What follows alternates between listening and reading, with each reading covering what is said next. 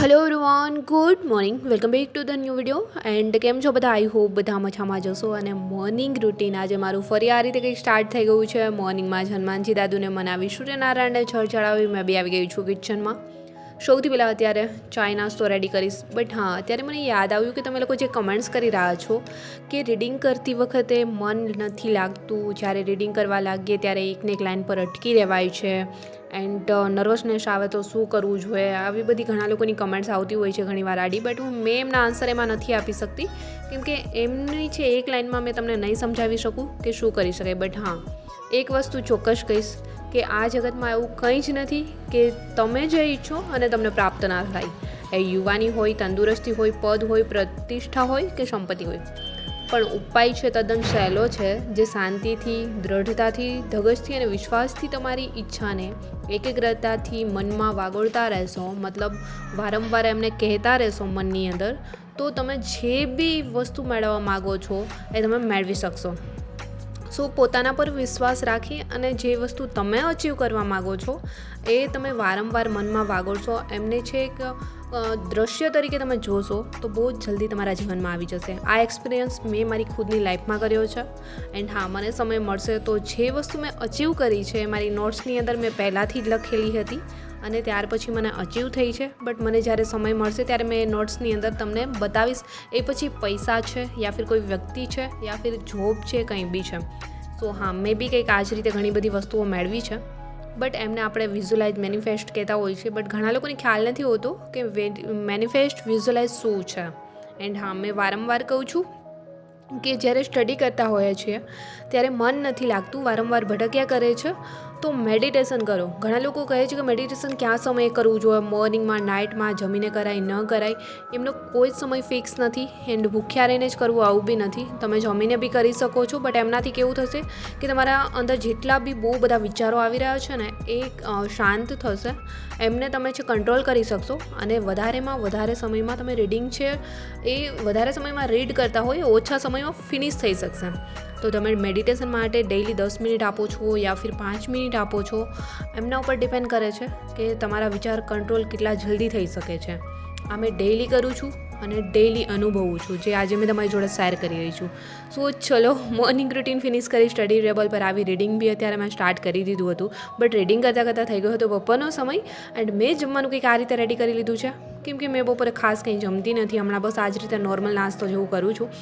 And જમીને ફરી મેં અત્યારે આવી ગઈ હતી સ્ટડી ટેબલ પર. બટ પહેલાં તો મેં ચાર્ટ હાથમાં લઈ લીધો હતો વારસાનો, જે મેં મોસ્ટ ઇમ્પોર્ટન્ટ લાગે લેક્ચર અટેમ્પ્ટ કરતી હોય યા ફિર મેં છે બુક્સ રીડ કરતી હોય તો એમની અંદર મને જે બી ઇમ્પોર્ટન્ટ લાગે છે એ મેં ચાર્ટમાં લખતી હતી. બટ આજે ચાર્ટ બી આખો પૂરેપૂરો વારસાનો ચાર્ટ ભરાઈ ગયો હતો.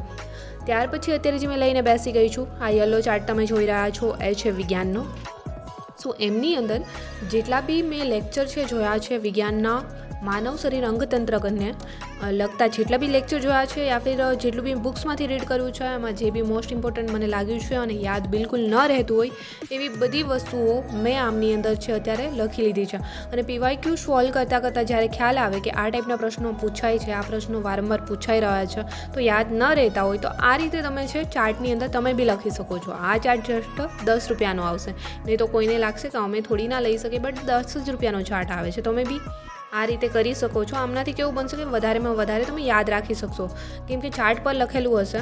એન્ડ તમે જ્યાં રીડિંગ કરો છો યા ફિર સૂવો છો તો હોલ પર લગાવી દો છો દિવાલ પર, તો વારંવાર નીકળતા હશો ત્યારે રિવાઇઝ કરી શકો છો, તો વધારે યાદ રહેશે.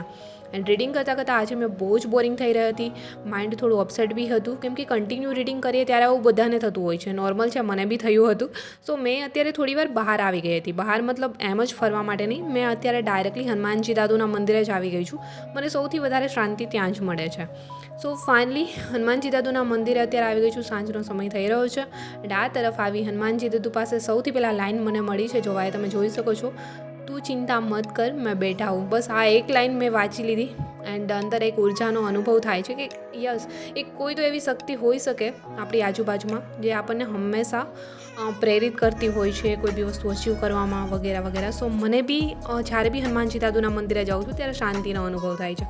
ત્યાંથી નીકળી અત્યારે આવી ગઈ હતી મેં મારી સિસ્ટરને ત્યાં, એન્ડ મારા માટે અહીંયા નાસ્તો રેડી કરીને રાખ્યો હતો તો મેં એ જ લેવા આવી છું. આ છે અમારો ડાઘુ, ઘણા લોકો કમેન્ટ્સ કરે છે કે ડાઘુ તમને શું થાય છે, તમારો બાબો છે? નહીં, મારા સિસ્ટરનો બાબો છે, પણ નાનો હતો ત્યારે એકદમ ડાઘા જેવો હતો, બહુ જ વધારે વેઇટ હતું, એટલે એમનું નામ મેં ડાઘો પાડી દીધું છે, નહીં તો એમનું નામ ક્રિશાંગ છે. એન્ડ ત્યાંથી મેં અત્યારે આવી એન્ડ ચલો રૂમ પર આવી ફટાફટથી અત્યારે જમવાનું રેડી કરી રહી છું. ડેઈલી તો ટિફિન આવી જતું હોય છે, બટ આજે નહીં, લેટ થઈ ગયું એટલે મેં ટિફિન તો નથી લાવી, બટ ફટાફટથી અહીંયા મેં 2 મિનિટ્સ મેગી રેડી કરી રહી છું. એ કોઈ 2 મિનિટ્સમાં તો બનવાની નથી, ખબર જ છે. સો ચલો, તો બી મેં ફટાફટથી બનાવવાની ટ્રાય કરીશ. એન્ડ ફાઇનલી 15 મિનિટ પછી આ તરફ મારી મેગી બનીને રેડી થઈ ગઈ છે, તમે જોઈ શકો છો. એન્ડ જમી અત્યારે મેં ફરી મારા પુસ્તકો લઈને જ બેસી જવાની છું, કેમ કે વાગ્યા છે રાતના 9. આટલા વાગ્યામાં તો મેં સુવાની નથી. સો ચલો, એન્ડ બહારનો નજારો તમે જોઈ શકો છો રાતના સમયે. એન્ડ મેં બી અત્યારે મારી બુક્સ લઈને બેસી જઈશ રીડિંગ કરવા. એન્ડ આ તરફ એ મેરા ક્યુટુ એન્ડ બુક્સ લઈને બેસી ગઈ છું. સો ચલો રીડિંગ સ્ટાર્ટ કરીશ. જે દિવસમાં બચ્યું હોય એમને અત્યારે મેં રીડ કરીશ. લેક્ચર અત્યારે નહીં જોઉં, નહીં તો કેવું થાય છે લેક્ચર ચાલુ કરું અને મને આવે છે ઊંઘ ડાયરેક્ટલી, એટલે અત્યારે લેક્ચર નહીં જોઉં એન્ડ મેં રીડ જ કરીશ. સો ફાઇનલી અત્યારે મેં રીડિંગ મારું કંઈક આ રીતે ચાલુ કરી દીધું છે. સાંસ્કૃતિક વારસાની બુકની જોડે અત્યારે મેં રીડ કરી રહી છું ભારતનો સાંસ્કૃતિક વારસો. સો આઈ હોપ કે દોસ્તો તમારા લોકોના જે બી સવાલ હતા એ સોલ્વ થઈ ગયા હશે, જે બી ક્વેરી હતી એ બી સોલ્વ કરી શકી હશું મેં આ વ્લોગમાં. એન્ડ તેમ છતાં બી કોઈ છે તો કમેન્ટ સેક્શનમાં કમેન્ટ્સ કરીને જરૂર જણાવજો. એન્ડ આઈ હોપ કે આજનો વ્લોગ બી પસંદ આવ્યો હશે. પસંદ આવ્યો છે તો વ્લોગને લાઇક, કમેન્ટ, શેર, સબસ્ક્રાઈબ જરૂર કરજો. એન્ડ જલ્દી મળીશું મારા એક ન્યૂ વ્લોગ સાથે. ત્યાં સુધી બધાને બાય એન્ડ ટેક કેર.